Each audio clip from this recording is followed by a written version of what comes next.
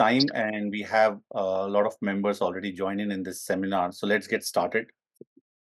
So again, hello and welcome to all participants in the seminar today.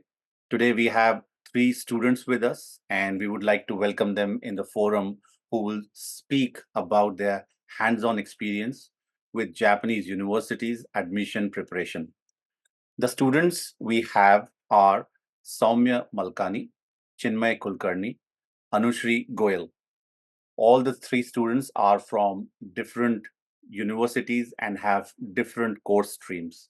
The structure of the seminar is that each student will speak about their preparation for the university, followed by Q&A facilitation by Ashish Dev, and then closing remarks again by myself. For Q&A, you can start writing your questions in chat and we will pick up from there. When you are asking questions, we would request that you write down who you are addressing the question to and then your query. When the students speak about preparation, we have planned in a structure that where they will speak about how did they research and select the university they opted for, which test they appeared for, how did they prepare for the application, any financial aid and scholarship available, essay writing if needed, interview preparation. So with a quick introduction, let's get into the core part of the seminar and let's start with Saumya Malani. Over to you, Saumya. Thank you, Prem-san. Hello everyone, I'm Saumya Malani. I graduated from ISJ in March of 2023, and right now I'm a first year university student at Brits American APU. I'm pursuing Bachelor's of Business Administration. Yes. So I was a commerce student. So I was pursuing economics and accounting and business administration even in high school. So even my university path was gonna be in some field of like that. And these were some of the options that I had in Japan. The first would be APU, Program in Business Administration. Second, Keio University for Programming Economics. Then NUCB for Business Administration and further on. So there's roughly like 7 to 8 universities in Japan which offer courses regarding commerce stream and business administration or economics or finance and around that. Could you please move to the next slide? Yeah. And there are like the two main standardized tests that appeared for my university applications, and the process would be the SAT and the IELTS or TOEFL. So basically, SAT is a test which tests your math and English skills. It's scored out of 1600, and roughly an average score, like according to the internet, is like 1000. So any score I would say above 1400 is like considered a good score in terms of SAT. But the SAT has also lost its importance compared to like 5 years ago. So like, you should check on the university, is the SAT necessary or if it's not. And the next would be IELTS or TOEFL. I think these are pretty basic for students pursuing high school in English. They're just English proficiency tests to test English skills and to prove to university that you're proficient in English. And IELTS is scored out of band 9 and TOEFL is scored out of 120. Could you please move to the next slide? Yes. So I think for the application preparation process, I think it's a pretty long process and it can be intimidating. But like if you start at the right time and you start early, it can be pretty smooth and it's easy to do. So I think like the first step that's important would be to create a list of all the universities you wish to attend. So whether it's abroad, whether it's in Japan, whether it's in India or wherever, just create a basic draft, And next, I would suggest like you further begin to research on each university. You research on each university. You could research on all the universities. This can also include like email in the university. So I think like the questions and the queries that can come when you're trying to research for universities would be the course curriculum, would be the application requirements by the university. It will be the deadlines, it can be the cost, the location, and second class size.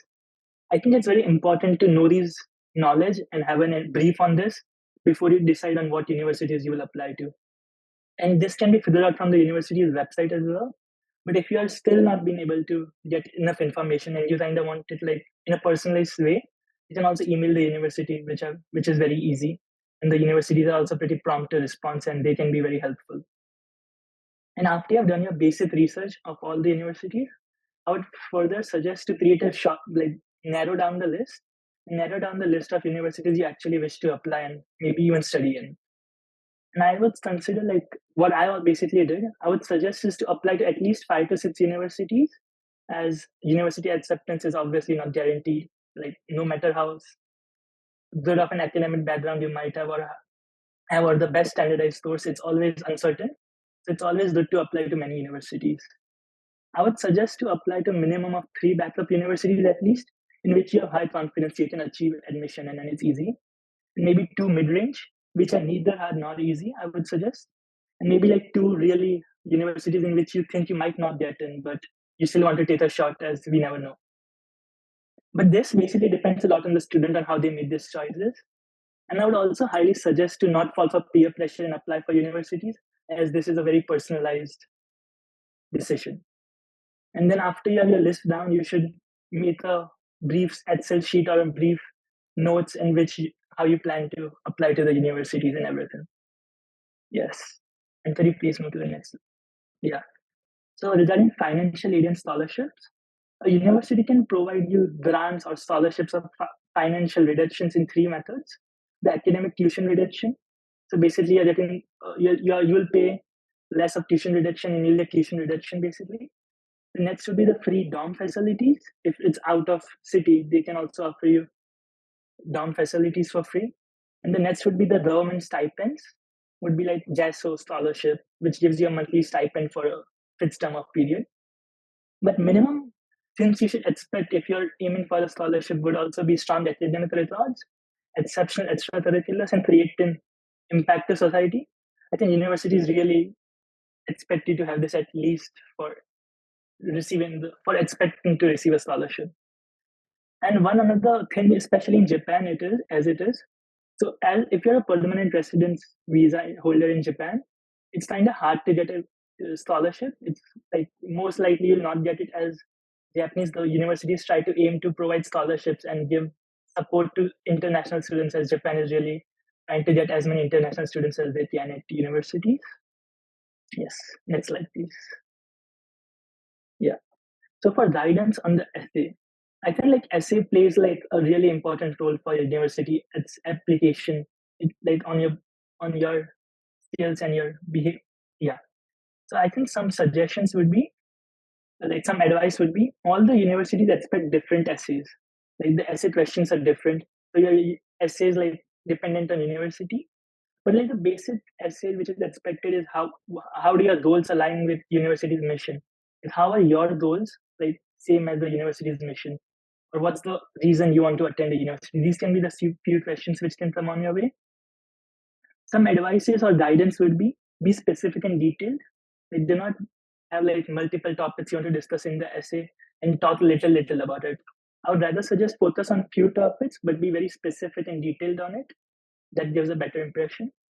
And obviously be coherent as well, as like coherence is important. If your essay is like talking about multiple topics all at once, it's pretty hard to follow, and universities might not consider that. I might not consider continuing with that application. And I think I would suggest be yourself. Do not try to be someone else, or do not try to be something that you aren't, because that eventually doesn't help you get in. Like if you're yourself, you can get into universities. And with today's like right now, AI and ChatGPT and all the AI tools are pretty popular, and many students have been using those. But obviously, you shouldn't be using the even like a bit of it for your essays, and as it's very important. Like universities see a bit of AI or any plagiarism, they just put it aside. Like it's over. I think that's something you really should keep in mind. The next slide, please. Yeah, and for the interview preparation, so whether a university wants to interview a student or not just depends on the student and the university as well. Depends on the applications and stuff. So I think some advices for the university interview for application would be a strong and capturing self introduction. This means like you give out a strong self introduction as it makes an impact. Like if your introduction is pretty interesting and it's unique, like the professors or the committee might be really interested to further on think about your application and they'll be further interested. And I would also suggest to know your application essay because there will be questions about it. But if your answer is pretty different from what you wrote in your essay, it gives off a very negative sign. And like one important question where I had kind of struggled with for my first interview would be thinking about personal strength and weaknesses.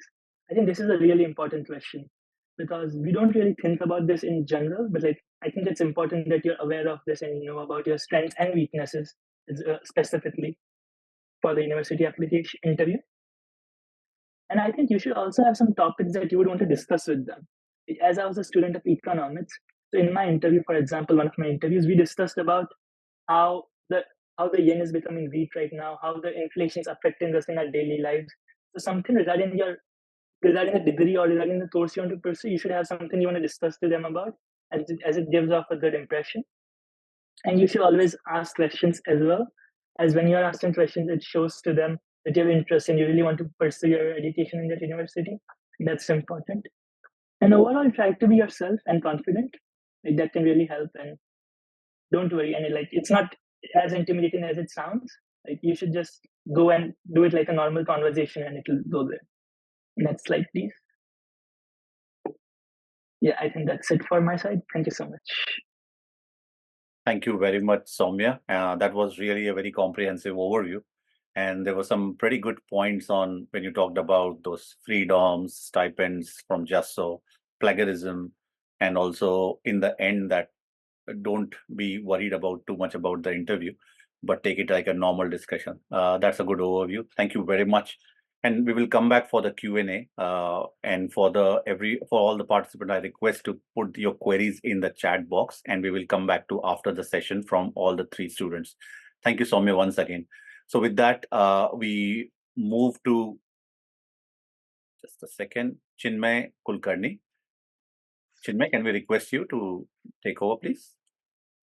Yes. Hi. Good evening, everyone. My name is Chinmay Kulkarni. I'm currently a third-year student in the University of Tsukuba, and my program is currently the bachelor's program in interdisciplinary engineering, which falls in the College of Science and Technology. Next slide, please. So, in terms of research and selection for universities, I am a graduate.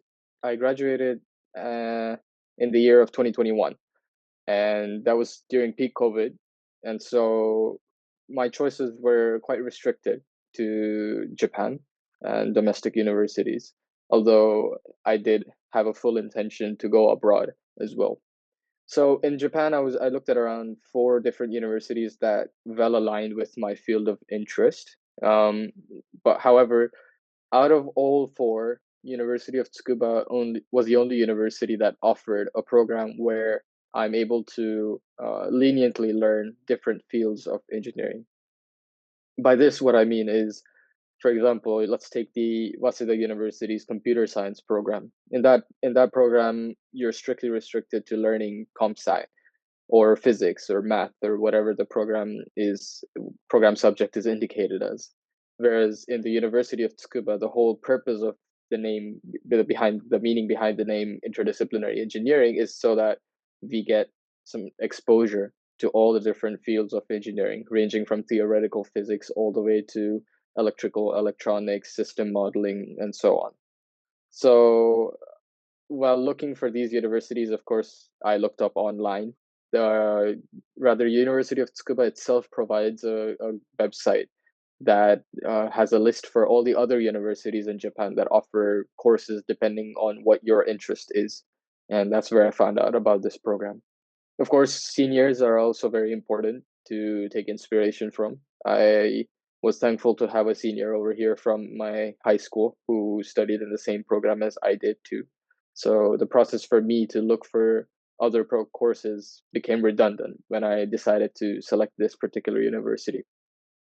In terms of looking for universities abroad, I looked at UK, Australia, Japan, and one university in US as well. And for UK, as many of you would know already, it's the UCAS system where you can apply for 5 universities at once. And for Australia, Japan, and US, it was direct application through the university portal. Could we move on to the next slide? Thank you. So what standardized tests did I appear? Well, simply SAT, And before SAT, 1 year prior to SAT, I gave the preset just to get an idea of what the SAT will be like. Of course, I gave TOEFL as well, as I was applying to universities in Japan. So often they ask for TOEFL, whereas for UK, they often ask for IELTS. And again, depending on the region of your university, they might ask for different requirements. And JLPD, of course, I did give it just in case I was to force myself to get into a program that was predominantly in Japanese. For example, I believe the Kyoto University offers a civil engineering course for 4 years.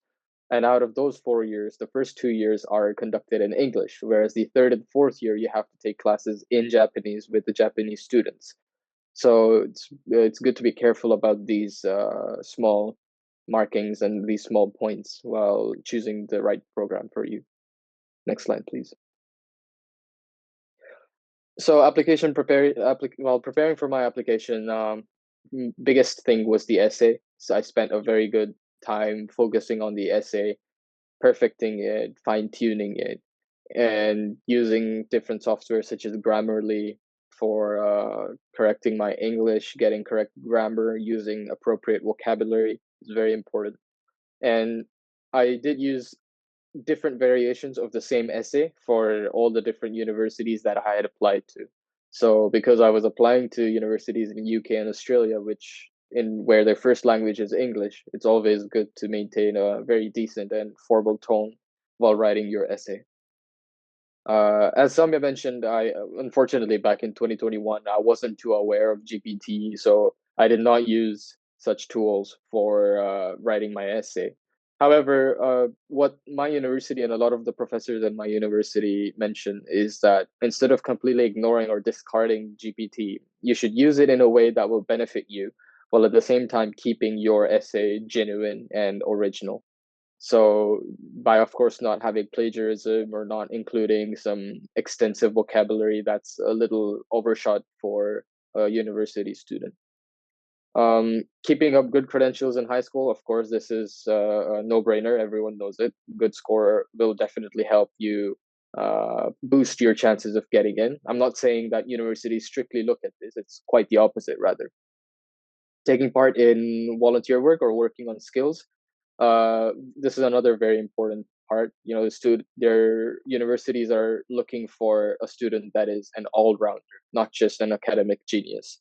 So any sort of NGOs or any sort of volunteer work that you can help that will, boost societal positivity, or working on skills that are very related to your program that you'll be taking part in. So if it's computer science, maybe doing projects by yourself that are Python based or C++ based, that can be expressed in your resume are also a plus. Make sure you know what you're writing, because often they will be asking you these questions that are based off of the same essay that you wrote during the interview round. So if you're not sure about what you wrote during the essay and you're asked a question in regards to that essay during the interview, you might be in a bit of a trouble. And don't be afraid of interviews. This is something I'm sure a lot of parents have already told their children, considering experience of interviews for school work. It is nerve-wracking at the first, because this is probably the first interview that you'll be having in your life, but be known that this is the first one and there are many more interviews to come. Next slide, please. Financial aids and scholarships. Well, unfortunately for PR holders, as some parents may be in this meeting, I'm ineligible for nearly 90% of the scholarships. These scholarships are strictly limited to students that hold the student visa. So there are a lot of graduates from my high school in Japan that converted from a PR to a student visa, or that held another type of visa that converted to student visa in order to avail these scholarships. The only available scholarships for me are mostly the Japanese scholarships. So citizenship and PR are held equally under the eye of scholarships. So if you were to apply for Japanese ones, you'll have to give an interview or write essays in Japanese. So be ready for that. Financial aid, on the other hand, in my university is available to everyone. in my not just my degree, in my university as well, including PR or Japanese nationals. However, in order to avail this financial aid, if your parents live in Japan, then declaring their income is necessary. Next slide, please. Guidance on essay, if needed, of course. Consider this as a self PR. So look at yourself from a third person view. What have you done that makes you unique? What makes you stand out of the ordinary bunch of people? How will you be able to impress? Because interviews and essays is all about first impressions. First impressions are probably the most important factors that depend on that, you know, that are taken into consideration when you are being assessed. So the second one is, of course, very important but often overlooked, is you have to understand the university. And by this, what I mean by this is, depending on the university, some universities are more inclined towards research work, whereas some are more inclined towards industrial work, or interning, or basically experience skills. The University of Tsukuba, for example, is more inclined towards research. So if you're telling in your essay that once I finish my undergraduate, I'm going to start working straight away, the chances of you being accepted will be reduced, of course, because they're looking for students that will continue researching into masters or even a doctorate. And last but not least, be an all-rounder. Do not exaggerate yourself, because as Saumya mentioned earlier, if you write too much about yourself, you are digging your own hole, or doom hole. So express yourself as an all-experienced all-rounder, not just in academics, but say sports, co-curriculars. But do not, how do I say this? Do not mention some sort of an achievement every other sentence in your essay. Yeah, next slide, please. Lastly, for interview preparation, of course, as I mentioned earlier, it can be scary at the beginning. It's just the start of series of interviews in your career. Maintain a formal tone. Don't be too friendly. Don't be too stiff. Instead, have a formal tone with all the interviewees interviewers that are interviewing you, and act friendly, but have maintain some sort of a respect. Good eye contact, of course. If you're staring away during the interview, that's of course a sign of well, it's a sign of you not being confident. So maintaining a good eye contact with your interviews are so very important. Lastly, express your interest in depth, and ultimately, interviews is all about convincing. Whether it's for a job or whether it's for a university degree, it's all about convincing the interviewer that I am this much enthusiastic about what is taught, so accept me. So express your interest in depth in the essay and in the interview as well, because it'll come in handy.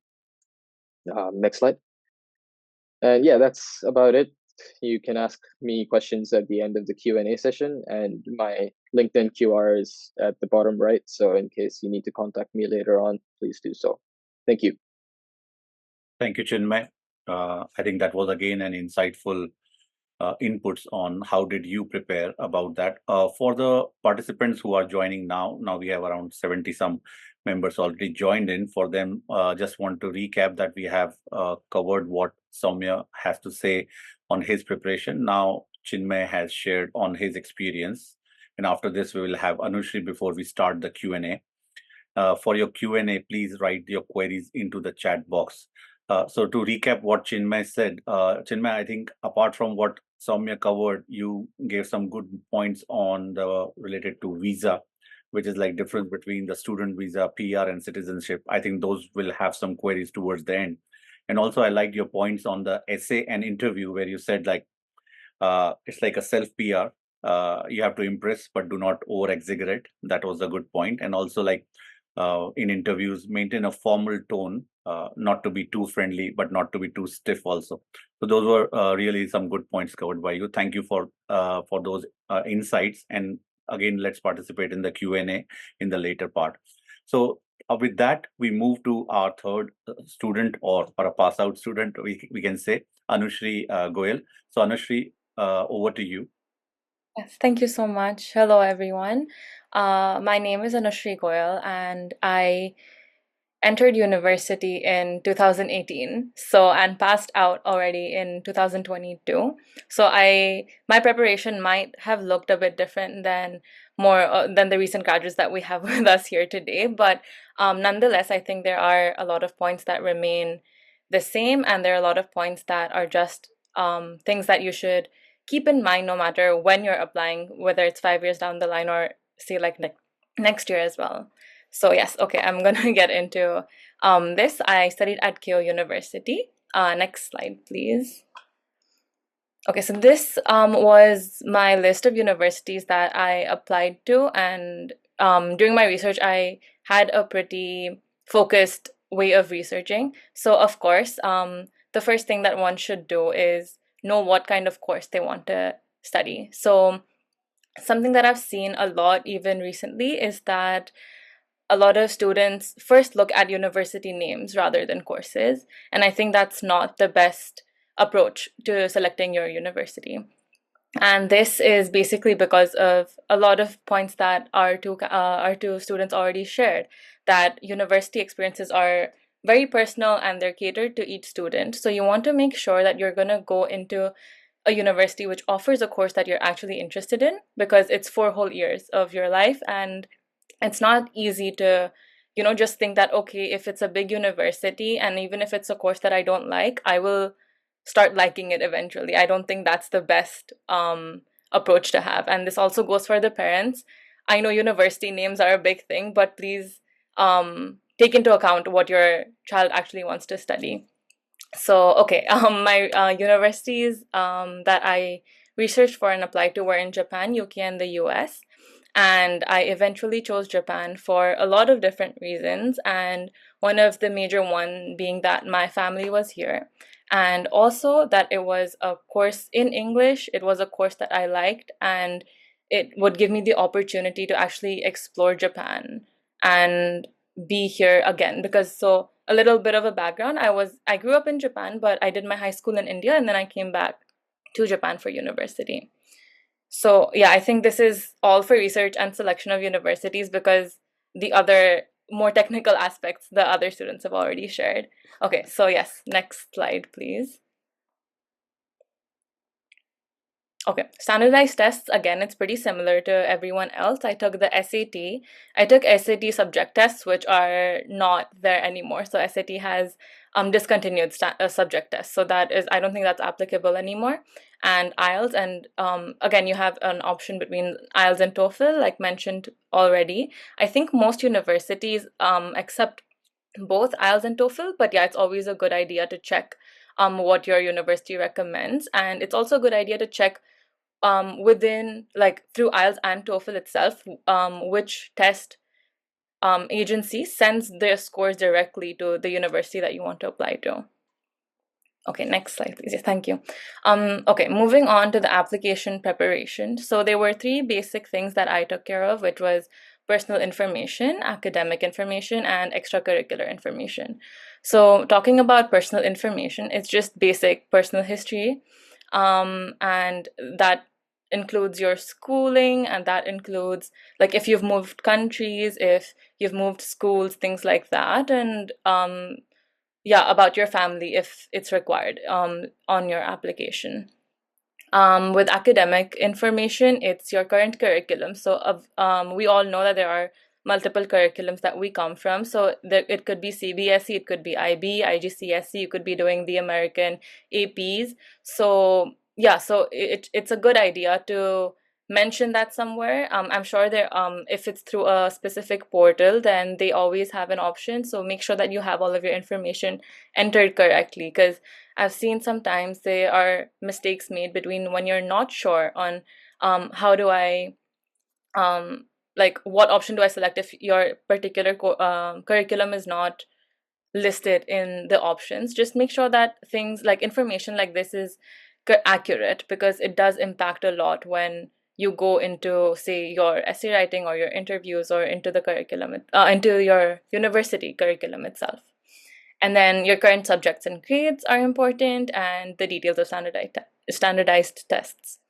Coming down to the extracurricular information, extracurriculars are activities basically that you're part of in and outside of school. So anything other than academics. And things that I would usually recommend are obviously having things that are, say, hobby like. So whether it's like being part of dance activities, sports, anything like that, something creative. But you can also have student governance activities, which is like being part of the student body, having some sort of leadership or innovation experiences, and trying to serve your community and the people around you a little bit as well. So I think the reason I put this into application preparation is that you can't do community service on the day that you start your application. It is a long process. You need to show that you have history with your co-curriculars, with your extracurriculars. So yeah, so that's why it's part of your preparation. So before you actually start your application process, you need to have these things already a part of your routine or in your bag. Yeah. Okay, next slide, please. So for KU University specifically, I would like to focus on that. So for financial aid and scholarships, again, I have a PR, so I couldn't apply for scholarships before I entered the university, but there were multiple scholarships available after I entered. So there are universities in Japan where you can't really apply for a scholarship during the application process, but once you're accepted into the university and a semester into the university or 1 year into the university, they have options based on your academic performance or based on your financial requirement, where you can apply for financial aid or scholarships respectively. Yes. I think that's it for yeah, thank you. Yes, so next is the guidance on the essay.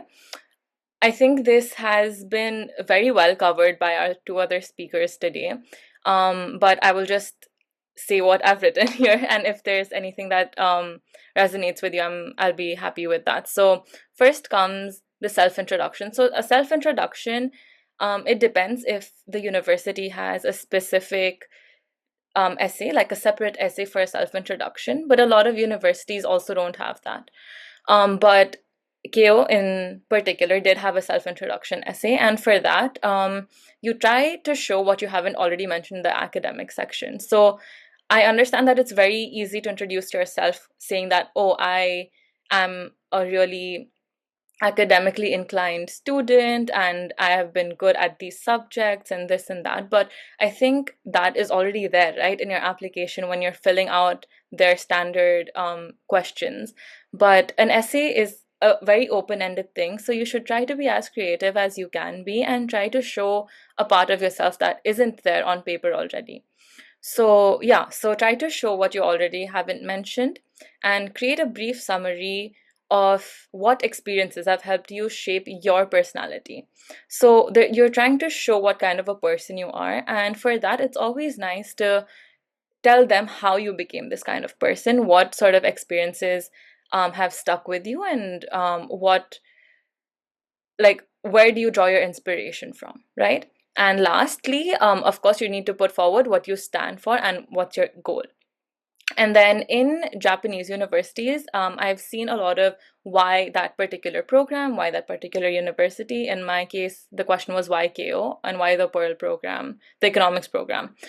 And over here, you need to demonstrate a willingness to attend the particular course you're applying for. So here is where you are more specific and where your application and your essay is more university forward. So of course you've talked about yourself, but now it's the time to talk about how you connect with the university that you want to go to and how that university helps you in achieving your goal, right? So yeah, that's the second point that I had. How would the course help you in achieving your goal? And then what do you want to study while you're at the university? So of course it's a particular course that you're applying for, but even within that course, so there's a lot of information available on the internet now, so it's always a good idea to go to the university website and see what particular classes they have in the course as well, or what professors they have. So when you are even in interviews or in the essay, when you're talking to the person who's seeing your application, it's nice if you can show that you have research and you're actually interested in going to the university. And lastly, why are you a good fit for the university and vice versa? So you need to show that you are a good fit, obviously, but also why the university will be good for you. Next slide, please. Okay, so interview preparation. I personally did not have an interview, but the general things, like again, like Saumya and Chinmay have already mentioned, is the general getting to know you questions. So they'll just ask you to give a self-introduction, and like Chinmay said, make sure that it's unique, and you catch the eye of your interviewer. And then you have and then try to talk about topics that are not in your application. So of course, knowing your application thoroughly, like it was mentioned earlier, is important, but also some topics that the interviewer might not have already read about, right? And then be thorough with university information. So this is because if you're asking a question, or if they ask you a question, sometimes you can sort of link it to what the university already offers and be like, oh, this is why I think the university is a good fit for me, because you already offer these services and this is what I'm looking for, something like that. And then you have you need to showcase a willingness to contribute to the society and university. So of course, you're at the university studying their program, but you should also show a willingness to want to do something bigger in the future, right? Because these universities are looking for leaders. They're looking for people who are going to go ahead and actually contribute to the world we live in, right? So it's always nice to show what your goal is after you graduate as well. Of course, not everyone knows what they want to do, and it's good to have to have an open road after university, but just a rough idea, just giving them um a general idea of what you might want to do it also makes you stand out as a candidate. And lastly, after the interview is like towards the end of the interview, sorry, ask insightful questions. So it's always nice to end with a question from your side as well, but make sure this question is not something that's common knowledge, and make sure that it's not something that the interviewer is like, oh, you can check this on our website. Make sure it's not that kind of a question. And yes, I think that's it from my side. Yeah, thank you so much. Thank you. Thank you, Anushree. I think that was again one more insightful uh, session from your side. And I particularly liked 2 to 3 areas more. Like one was around how did you structure your application preparation even before you start preparing for it in terms of personal info, academic info, and extracurricular. That was very good. Second one, like essay, it's like put forward what what you stand for, so you are able to actually express yourself better, like why me, why this college has to be clarified. And in the end you touched upon like talk about self, talk about how you can contribute to the university and even to the society. So some wonderful points covered by you also, so thank you very much. So with that, I think we have covered all the three speakers insights, and now we can go into Q&A. We can see some Q&A questions already in the chat box. So I'll pass on baton to Ashish, who can then start taking up the lead on the questions, and we can start talking about around the table here. Thanks, Prem. I hope I am audible. Yes, Ashish. Okay, great. So thanks, Saumya, and all students basically for sharing their insightful information, and I think it's very useful. And all this information definitely triggered a couple of questions. So we will go one by one. Starting with the first question, could you please explain your experience of cultural aspect in the university you study? It's mainly from foreign students getting into the university and not knowing Japanese language. So how students are treated with this background? So that's the question. Anyone of you can answer, or you all can have your own views. So you can answer one by one. Maybe I could start off first. Sure. I think Yes, compared to APU and KO, I'm not sure about KO, but I think Tsukuba is the most Japanese university of them all. Of course, it's a national university as well, so the amount of Japanese students is far greater than foreign students here. Cultural aspects, first off, you will have to learn Japanese.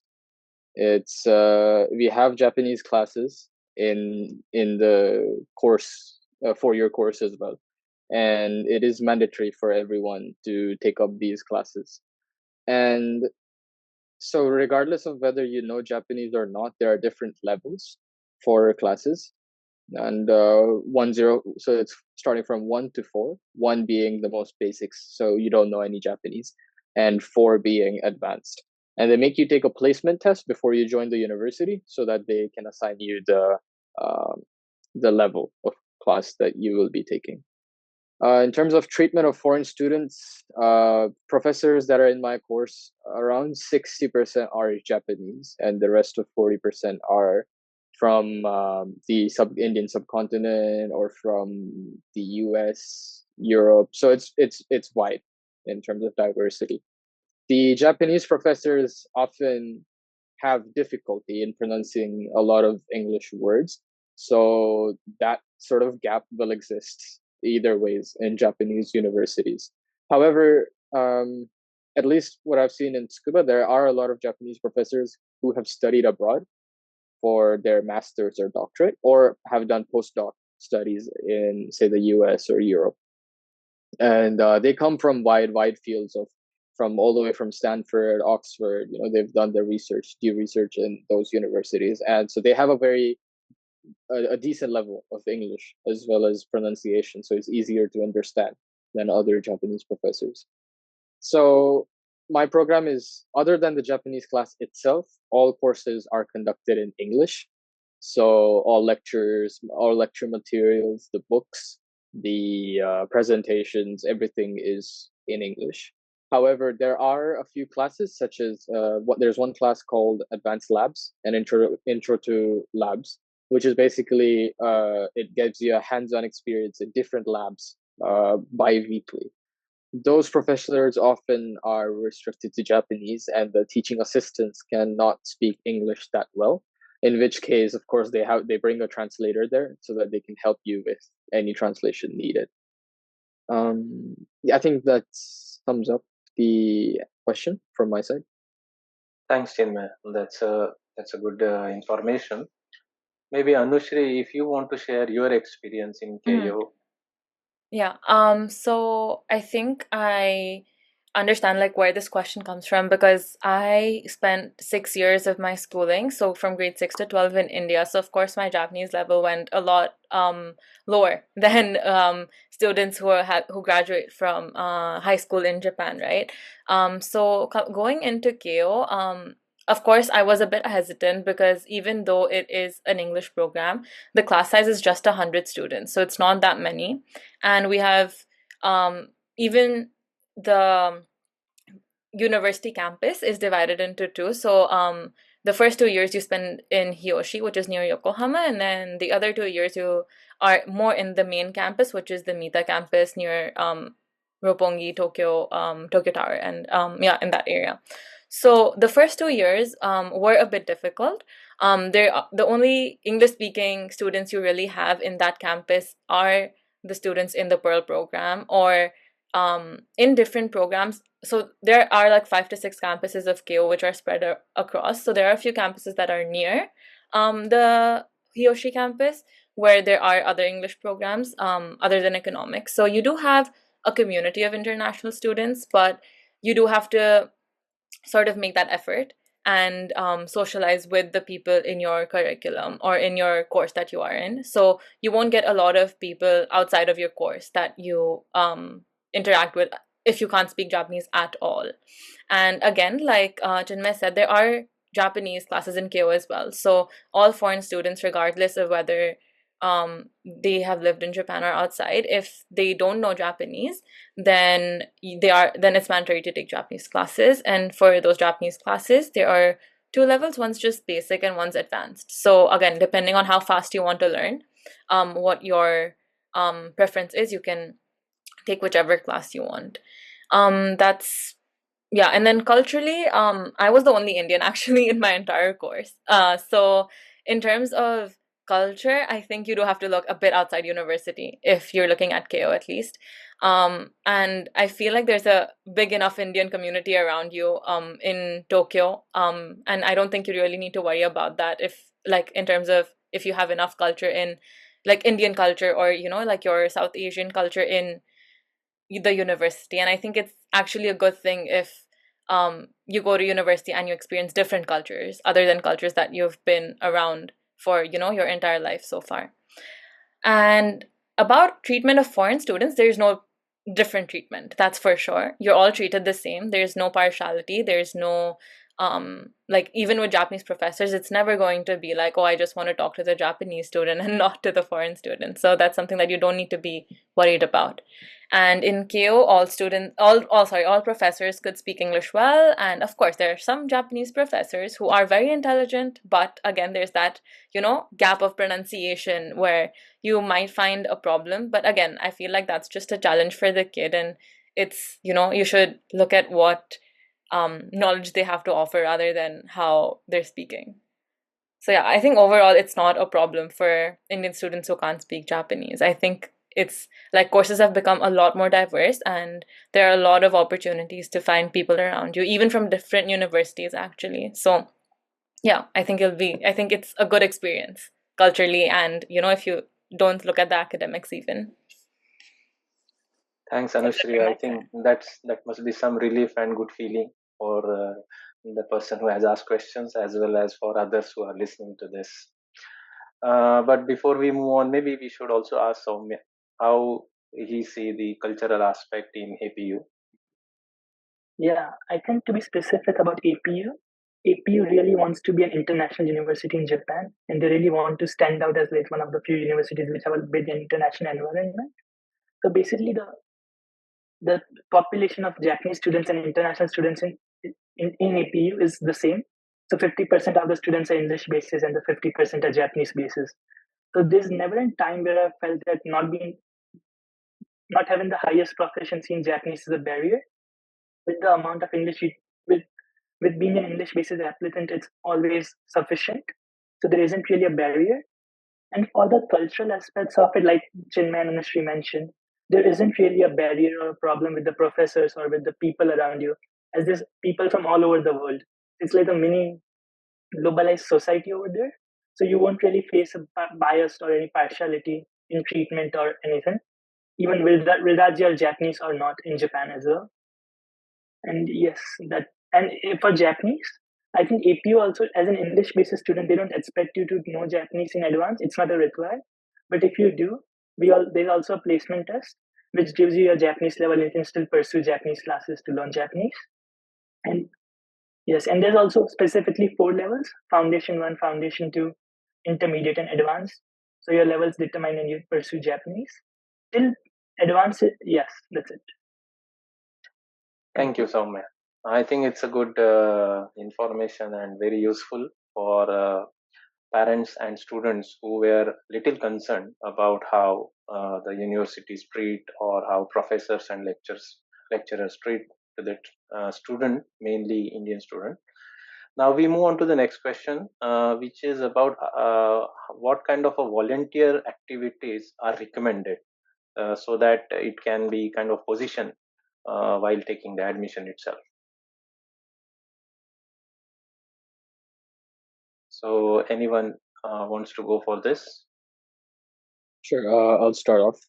So for volunteer activities, I think the question's a little too vague because, volunteer activities should really be specific to what your personal goal is. So for example, I'll just take an example of myself. In high school and in middle school, I was very aware of the environment surrounding the school. And so I'd helped organize like a cleaning drive where all the classmates picked up a broom, went outside, and start sweeping the roads in an effort to clean up the environment or clean up the roads that surrounded the school. And so any sort of volunteer work that is initiated by you or is something that relates to your particular field of interest is something that I'd recommend you do. There are a lot of NGOs such as Hands On, which offer volunteer work for helping say the elderly people at care homes or some disabled people as well, people with disabilities. I apologize. So any sort of social work that helps you stand out as this sort of a student that's not only academically intelligent but also caring and aware of aware of society, and this sort of helpful person, not just in academics but also in real life aspects. So that's something that I would recommend you. Thanks, Chinmay. So maybe we should move on to the next question now, because you have already elaborated. The very important point is it has to be very specific and targeted. So I think that's the crux of the answer. The next question is about the cutoff age that is asked. And is there any cutoff age for university enrollment in Japan or outside Japan? I think I'll take this question. So there's no cutoff age as such. It's just that if you're not applying right after graduating high school, so if there's a gap, then you just need to explain why that gap is there. So as long as you have a decent explanation of either why you finish school early or why you finish school late or why you're taking a gap year after school before applying to universities, I think that's the only explanation they ask for, and there is no cutoff age, even for undergraduate or graduate courses. Yeah, you are right. There are questions for the gaps, and generally, some universities they don't accept more gaps. Like there could be like a two maximum kind of gaps with No. specific reasons. So that's a good answer. Now, moving on to the next question, which is quite interesting. Like, are students being accepted from various international school examination qualification, like IB, Cambridge, A levels, AP, etc.? Are there any preference over each other? Have you seen something like this, where IB is preferred more and A level is preferred less, something like that? Is there any something like this? So just to be clear, just to start off, there is no preference one over the other. These are just different ways that each student is evaluated. They have their own ways for evaluation. They have their own different type of scores. And this is something that you cannot really compare. You cannot compare CBSE to IB. You cannot compare IB to AP. They're all completely different. They have different approaches. But at the end of high school, the score that really matters is the final score that you got in your board exams. So it's just, in essence, it's just a way for universities to evaluate. And recently, a lot of universities in Japan as well have started accepting CBSE board exams also as a form of standardized evaluation criteria. So, similar to IB, similar to AP, you submit your CBSE scores, and often they don't even have to ask you for your SAT scores. CBSE is more than enough. So yeah, coming back, there is no such preference unless specifically stated by the university for that specific program, which the chances are very slim. Thanks, Chinmay. There is one. This question is not asked, but I think for the interest of all the participants, universities ask for language proficiency in the sense of English language mainly. So there are IELTS or TOEFL, the way you went for TOEFL. Is there any preference by the universities? If you are coming from IB, then don't go for IELTS or don't go for TOEFL. I think that might be the other question. Right. So generally, this fact is stated on the university application portal. So if you're going through IB, this is the criteria. If you're going through AP, this is the criteria. If you're going to CBSE, this is the criteria. If it's not mentioned, the easiest way to get all the information is just one mail. As Saumya said, they are very prompt at responding to any queries that students have regarding application procedures. And generally, sometimes universities don't really care about your English scores in your main primary curriculum. All they care about is TOEFL. So yes, in which case, regardless of whether you're IB or CBSE, you still have to give a TOEFL, and maybe they have a cutoff mark that's indicated in the application criteria as well. Yeah, that's a good answer, and you are right.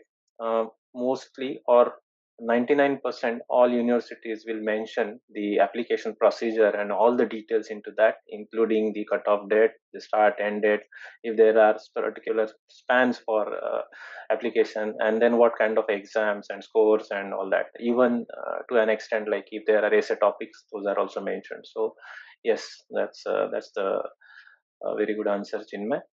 Then moving on to the next question, the answer is quite obvious, but still let me ask and let's see what views all the speakers share. So this question is about fees. So how about a normal or average annual fee structure in the Japanese universities as compared to the Western ones? Obviously, the answer is Western ones are quite on the higher side. And whether you are opting for a scholarship or not scholarship, you will always find Japanese universities are much reasonable as against most of the Western universities. But still, I would like to hear from all three of you what your views are, and when you specifically when Chinmay or Anushree or even Saumya, when you started your research for universities within Japan and outside Japan, you must have seen that difference yourself. So maybe if you can just elaborate a little bit on that. So, of course, like you already mentioned, the difference is quite big, with Japan being a lot more uh, affordable or a lot more cheaper than Western universities. But I think when you look at this, it's not just looking about the fee. Of course it matters, but the overall living expense as well sort of comes into play. So I think it's a good idea to evaluate that when you're looking at, overall how much will the 4 years cost. And another thing with Western universities or universities outside Japan is that they might offer a full scholarship as well. So in that case, again, your criteria or your final decision might change. So when you're applying to universities, I think the application doesn't hurt, so apply. And if you feel like you wanna if you go that you'll go to this university only if you get a scholarship, then just make sure that you're applying for the scholarship or financial aid during the application process itself. But I would say don't rule out a university just based on the initial fee structure. If there's a scholarship available, that might be really helpful if required. Thanks, Anushree. I think that's very important point. So, moral of the story is don't hesitate, apply and look for whatever scholarships or financial aids that are available, right? Ashish, And I have one query on the follow up for the as compared to the Western universities. Can I ask? yeah. Please go ahead. Sure. Just on the, we talked about the fees structure difference between Japanese universities and Western university. I was just curious that in any of these three universities, do you also have Westerner students joining you, and what is their motivation to join Japanese universities? If you can give some anecdote or example, that would be great. Okay, I could answer that one. So to start off with, national universities tuition in Japan is almost half of that of private universities.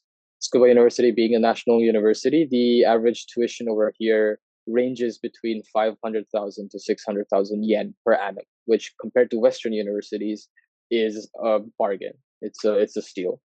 And yes, a lot of Western students come to Japan to study. Reason being, and this might seem very obnoxious, but it is the culture. They don't come here for the studies itself. Of course, the university is great. They come here for the culture. They come here for an abroad experience. And looking at Japan, which is a very cheaper alternative to back home, a lot of Western students choose Japan. For example, a lot of students from US and a lot of students were accepted from Ukraine as well. A lot of students from UK, Europe. So again, it's very diverse. It's very diverse. So you won't find a lack of diversity in any university here. Thanks, Chinmay. You want to add, Saumya, Anushree, from your examples, if any? Yeah, I think I would agree with Chinmay what he said. There's lots of international students that come to Japan, even from the West, even though they might have better options or like even better opportunities to pursue education there. And I guess like from the people that I have met and I've talked to, the primary reason is to experience Japan, the Japan's culture and Japan's lifestyle. As like they really wanted to come to Japan. So it's not really more for the academic part of it, but primarily it's part of to live in Japan and experience a Japanese culture. And for some of them, it might also be the financial reasons I've heard. Like, as Japan is very cheap, and with the yen being so cheap right now, many people would like to come to Japan as well for universities. That's it. Thanks, Soumya. Thanks, Soumya. So we move on to the next question. It is connected to the previous one, which is related to the volunteer activities part. But the question is if I think it's more on the assumption that volunteer activities, every child can participate in equal number, as there no specific skills entry criteria for being able to participating in volunteer activities. In that case, how do the universities use this as a criteria for selection?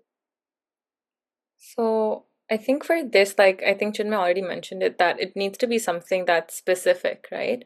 So the university's criteria is not how many volunteer activities you've done, it's what you've done and how that has helped you as a person, how have you learned from it, and what sort of impact it's had. So even if you do one volunteer activity, but it's impactful, it's something that has made you grow as a person, then that might outnumber, or that might be more looked as more preferable than a person who's done 10 small activities which doesn't really have any meaning.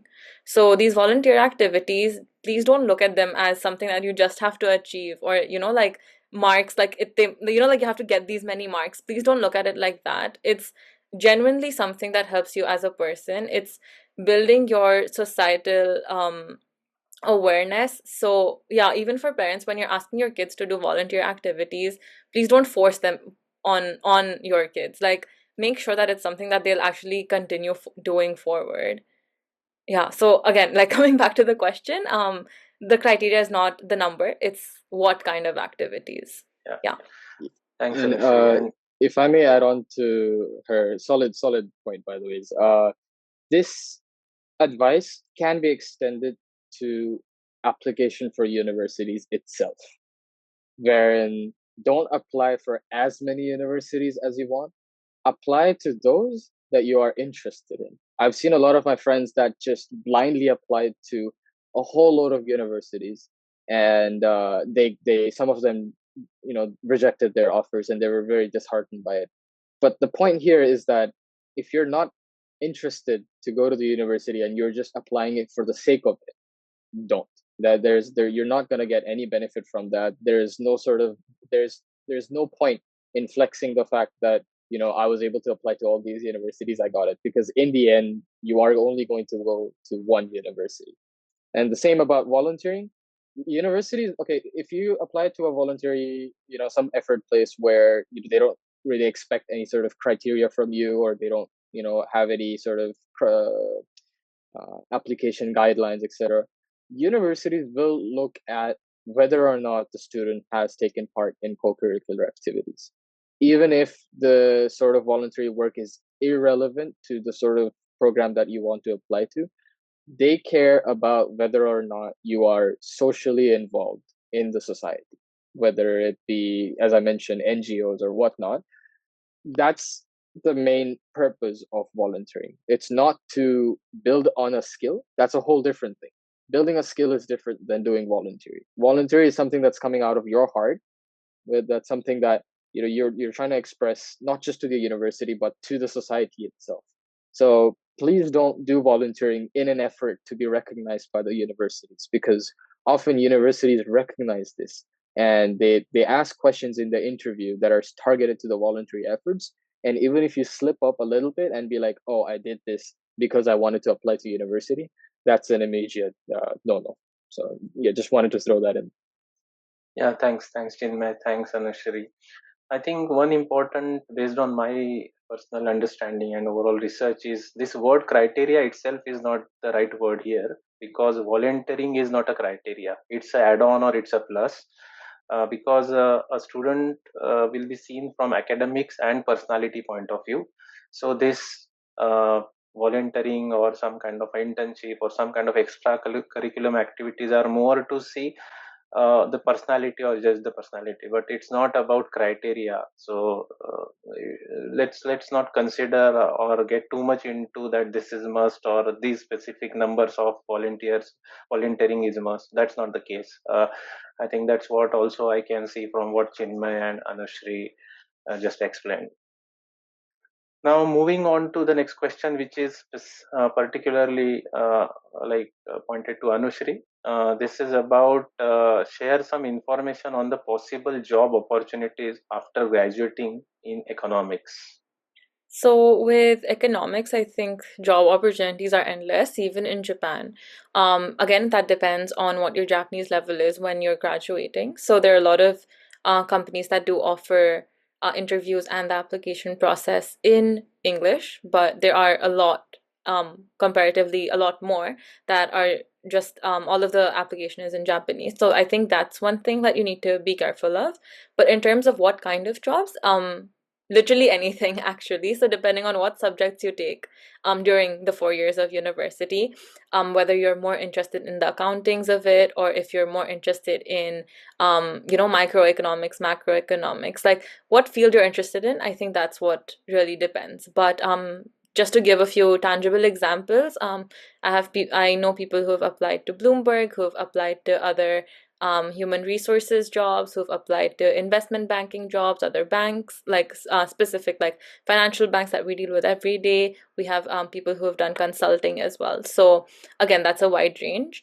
And yeah, I think that's about it. And yeah, I think it's also going to change a lot down the line, like 4 years down the line, when a person applying now will actually graduate.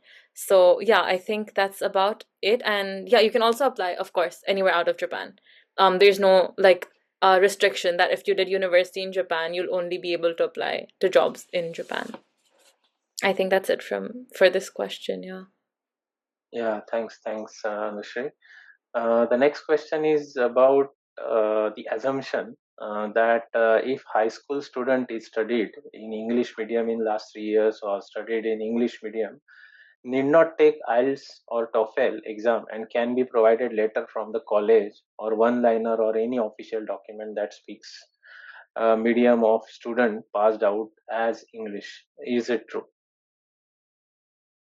So it's like if a school mentions that this student has done his or her entire education last 3 years in English, then these exams are not needed. Is that true? That's the assumption. Okay, so I'm not sure if 3 years is the minimum guideline. A lot of universities that offer English courses expect the full 12-year English medium classes, English medium. There may be, of course, universities that are expecting a high school only in English. However, I think the lesser primary education in English you have, the more strict universities will be about these extra exams that you have to take. So I highly doubt universities will say no, like you don't need to submit these extra, assessment exams if you've only done uh, schooling in an English medium for 3 years. Yeah, you are right. And it depends also on the university or institution. So if you are very focused about one particular which is not asking, then it's understood. But generally, that never happens. You might end up applying for at least 3, 4, 5 kind of. So it's better to go for these kind of exams and keep that score ready as minimum cutoff required. Now, next question is about someone Yeah, wants sorry, to speak. just a small add-on over here. If there are questions that are this specific, like about like if a letter is okay, I think these are always of course we will give our experiences, but it's always better to ask the universities so that you don't make a mistake during the application. Yeah, that's an important point. So the next question is about SAT. So what are the SAT subjects for engineering? I'm not sure if there are specific SAT subjects. Maybe you can highlight, because in general I know it's mathematics and English that is needed for the SAT exam. But So anything I else? mentioned SAT subject tests because they were a thing when I was applying in 2017 and Exactly. 2018. But there are no subject tests anymore. So you just give the Yeah. normal SAT, the standard math and English. right? Yeah. The standard math in English, and that's just the one SAT that's there now. So no subject test. Subject SATs since 2021 are no longer conducted, and similarly the essay part in general SAT has also stopped since 2021. It's called DSAT now, which is a 2 hours of exam now. Then the next question is about for the courses where first and second year is in English and next 2 years in Japanese. How are the exams, projects are conducted?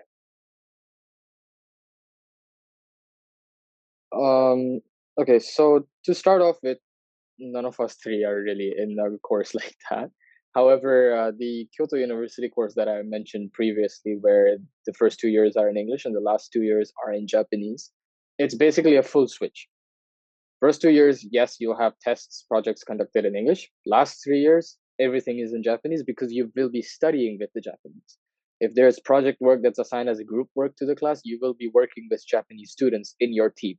So obviously you'll need Japanese and you'll be presenting in Japanese as well. Now, what Kyoto University does offer is this 6 months intensive Japanese class before the university starts. So as we all know, we graduate in April in CBSE and our university starts in September, October. So from the time of April till October, for 6 months, they intensively teach you Japanese. So to prepare you for the third and fourth year in Japanese. Okay, I think that answers. But yeah, Chinmay, thanks for that. But as someone, I think Chinmay, you yourself said that if you have any specific questions for a university, write an email and they can answer in detail. So wherever these universities where first 2 years in English, last 2 years in Japanese are there, maybe it's good to write an email and ask all the details before considering that particular institution or university. Now, moving on to the next question, how is AP different from SAT in terms of difficulty and importance? So I don't think any of us did AP here, right? Yeah, okay. So AP is just basically a curriculum, the exams that you take during your curriculum during your high school. So like IB, like CBSE, they don't have boards as such, but they have AP classes. So it's the full form is advanced placement. So it's just like in IB you have HL subject. So higher level. So you're studying something that's a bit more difficult than the general level of your grade. And so it's part of your high school experience. Basically, SAT is a standardized test, which is an extra test that you're taking that's not part of your high school. Yeah, so I think that's the basic difference. And in terms of difficulty and importance, AP is, I think I would consider it a bit more difficult because it's more focused. It's yeah, again, like I said, it's a higher level of studying that you're doing in a particular subject. It's more detailed. SAT is very standard and it's more of a basic test for anyone of any level of education, right? So, yeah, that's the difference. And importance, again, AP is something that's part of your 12-year, like your high school, your schooling. And SAT is some universities might need it, some might not. I think the person asking the question might have it gotten confused with ACT and AP. ACT, yeah. No, I think, but I think one clarification I'll put here. Mainly in Japan, AP is not considered. It's more to get the credits, I think, and more applicable in US and UK, where students can go for such exams, get those credits, and then use those credits while applying for the admission. Whereas SAT is more asked or demanded in Japan as against US and UK. That's my understanding. Yeah, I think you're right in that case. Japanese universities usually don't have a credit system. So even if you've like universities outside, like I did a few subjects in HL and IB. So other universities, Western universities would have taken credit for that. So credit basically means you don't have to do the basic introductory courses in university. You can skip those. But Japanese universities don't have that. Don't have that service available or don't have that option. So you do have to do all courses regardless of whether you've done AP or IB or CBSE. Doesn't matter. Exactly. Okay, great. So let's move on to the next question. Do Japanese universities like to seek students with high school internship experience like US universities do? So are there any expectations specifically around internship from Japanese universities? No expectations, I would say. When you're applying to a university, they know very much that you're a student, you're still a kid. So internships, if you're looking at like job internships, I don't think that's a requirement. Of course, if you're doing something like that, that makes you stand out, but please don't think of it as something that has to be on your application.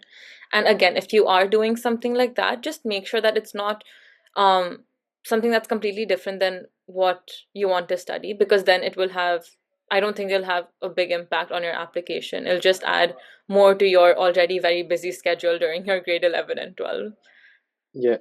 Make sure whatever you do, such as internship, is more qualitative rather than quantitative.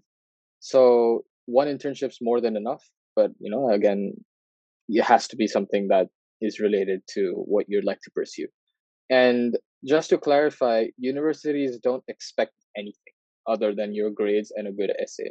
Whatever you do, like voluntary work, whatever internships you do, is always an added bonus.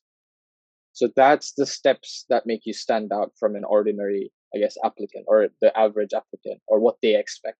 So of course we have to exceed their expectations in order to secure our spot. Yeah, that's a very good suggestion. Now moving on to the next, I think last two questions we have. So there is a question about how is the support for learning Japanese from each universities you are in. In general, I know universities encourage for Japanese language learning even if your programs are in English. But the question is more pointing towards what kind of a support these universities provide. So I think all of us. Oh, sorry, Saumya, you can go. No, you can go first. You can continue. Okay, I think all of us mentioned that we all three universities that we talked about today have Japanese language courses that are offered as part of the curriculum, and of course there are there's always support. So if you want to do Japanese courses outside of the university, you can always talk to your counselor. At least in Keio, you can talk to your counselor, and they might help you find Japanese classes that are more suitable to your requirement. But yeah, I'll keep it short for this answer. So, Okay, thank you. Like previously mentioned, like universities do provide Japanese classes from basic to advanced to learn Japanese. But besides these classes, there's several opportunities like you're asking for at my university APU. So one opportunity can be like there is a place called SALC, Self Access Learning Center. So you can book a slot there for free and you can talk to a Japanese person for 40 minutes without anything you want. There's like places where you can converse in Japanese to improve speech in Japanese. There's also classes which are conducted in both English and Japanese you can opt for. I think those classes are really useful as you work in group projects with Japanese people who are Japanese bases and international people who are English bases. So you get opportunities to speak in Japanese there and build a presentation and build some work, do some group work in English and Japanese. So these are two opportunities. There's obviously clubs and extracurriculars which are also available, which are also run in both English and Japanese. I think there's several opportunities besides the Japanese classes to use and practice and learn Japanese. I think that's it. Yeah, that's really good to know because I think in Japan, if you can learn Japanese, that's really good and helpful. We have a last question now. It's about okay, one more question came in, but so there are two more questions now. But this question is, I think it's a little kind of a repeated question, but if you have anything more to add, please add to that. So the question is about clarification on the fee discounts or scholarships. Do the candidates have to have PR status to be eligible or otherwise? I think there was this explanation earlier also that if you have PR, then the chances of scholarships are very less, or rather should not consider, or even discounts for that matter, because it's specifically for non-PR or non-Japanese kind of students. But in case anything, if no direct kind of scholarship, but are there any other ways or options available if you want to add to that? Well, private scholarships are always a thing. You'd be surprised. There are some companies, even like Nitori, for example, they have a scholarship for students, regardless of whether you work in Nitori or not. But again, everything is in Japanese. You are in Japan after all. Securing international internships is a lot more difficult than securing Japanese internships. So. Okay, that's good. Yeah, I think if you search, there are different kind of scholarships available outside universities which one can opt for. And also, as Chinmay, you have highlighted one specific that there are certain Japanese specific scholarships where if you can answer certain essay or write certain essay or answer certain questions, you might get that. So there are options if one wants to search for, or otherwise if you have not opted for a PR, then wait for it, get this through as a student visa or something. Or there are also students who have gone for kind of getting rid of PR and going for a student visa, and also there are different options, but it depends on who has it depends on all personal choice and how much you explore for these scholarships. Yeah, I just have Yes. one thing to add here. So, when you're looking for private scholarships in Japan, I think it's a good idea to search in Japanese when you're doing the search. Like, I don't have much information on what particular ones they are, but if you search in Japanese, I think a lot more will come up rather than when you search in English. So, whoever's looking for that, just make sure that your search language aligns with, like what you want to search for. Yeah. Okay, great. So let's go on to this last question. Is there a reason? This is quite a wide question. Is there a reason to the decrease in seats for English course based STEM classes in Japanese universities after the COVID era?